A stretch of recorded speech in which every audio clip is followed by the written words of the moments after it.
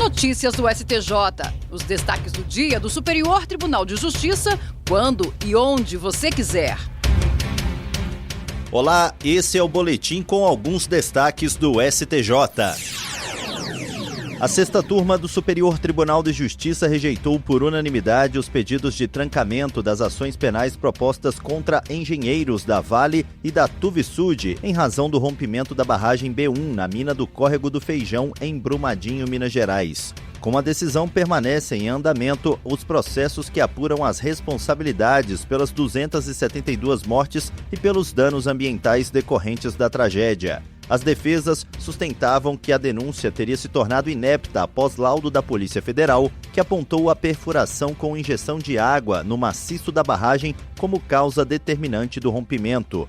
Segundo os advogados, como a acusação inicial atribuía o desastre a um processo de liquefação sem gatilho definido, seria necessária a alteração da denúncia para adequá-la às novas conclusões técnicas. O relator, ministro Sebastião Reis Júnior, destacou que o trancamento da ação penal por meio de habeas corpus constitui medida excepcional, admitida apenas quando a ausência de justa causa é evidente ou quando se demonstra de plano a existência de participação do acusado nos fatos investigados. O ministro observou que a denúncia atende aos requisitos legais, pois descreve de forma suficiente as condutas atribuídas aos réus relacionadas à gestão de riscos da barragem e à emissão de declarações de estabilidade. Segundo ele, o laudo pericial posterior apenas acrescenta um elemento técnico à cadeia causal já narrada pela acusação, sem modificar a essência. Para o relator, as omissões atribuídas aos acusados e a existência de um eventual gatilho comissivo para o rompimento são teses complementares,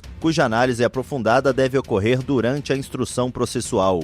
Além disso, ressaltou que a paralisação das ações neste estágio representaria um retrocesso injustificado, comprometendo os princípios da razoável duração do processo e da efetividade da prestação jurisdicional. A terceira turma do Superior Tribunal de Justiça decidiu que uma pessoa relativamente incapaz pode participar da constituição de uma sociedade limitada na modalidade holding familiar, desde que sejam observadas as exigências legais e haja autorização judicial prévia. O caso analisado envolveu uma ação de suprimento de outorga conjugal proposta por uma mulher que atuava como curadora do marido relativamente incapaz. O objetivo era permitir a integralização de imóveis do casal em uma holding familiar destinada ao planejamento sucessório e à futura transferência patrimonial para as filhas do casal. As instâncias ordinárias haviam negado o pedido com base no entendimento de que o Código Civil proíbe o exercício de atividade empresarial por pessoas incapazes. No STJ, entretanto, o colegiado da terceira turma adotou interpretação diferente. A relatora, ministra Nancy Andrighi, destacou que a participação de uma pessoa incapaz como sócia não se confunde com o exercício da administração da empresa. Segundo ela, o sócio apenas integra o quadro societário e possui participação no capital social, enquanto a atividade empresarial é exercida pela própria sociedade.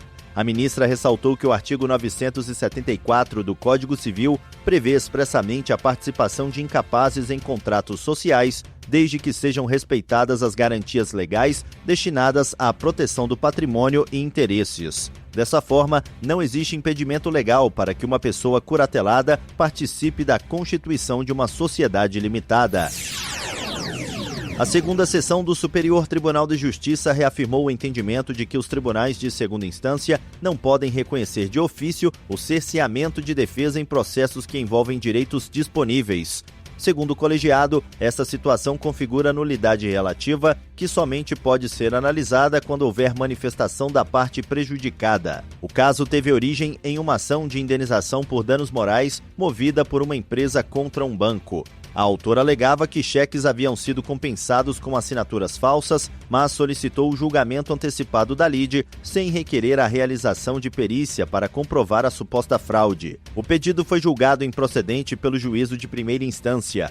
Ao recorrer da decisão, a empresa não alegou cerceamento de defesa e nem pediu a produção de novas provas. Entretanto, o Tribunal de Justiça do Rio de Janeiro reconheceu de ofício o cerceamento de defesa. No STJ, o colegiado da segunda sessão deu provimento ao recurso.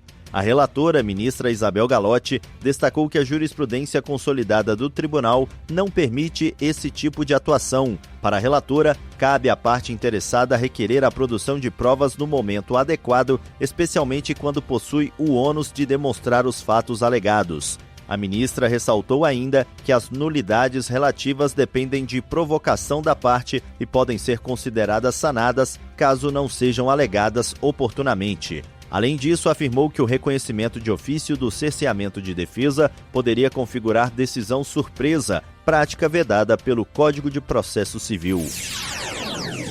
E esse foi o Notícias do STJ de hoje. Para ouvir mais, acesse o Spotify ou o SoundCloud do STJ. Tchau, tchau.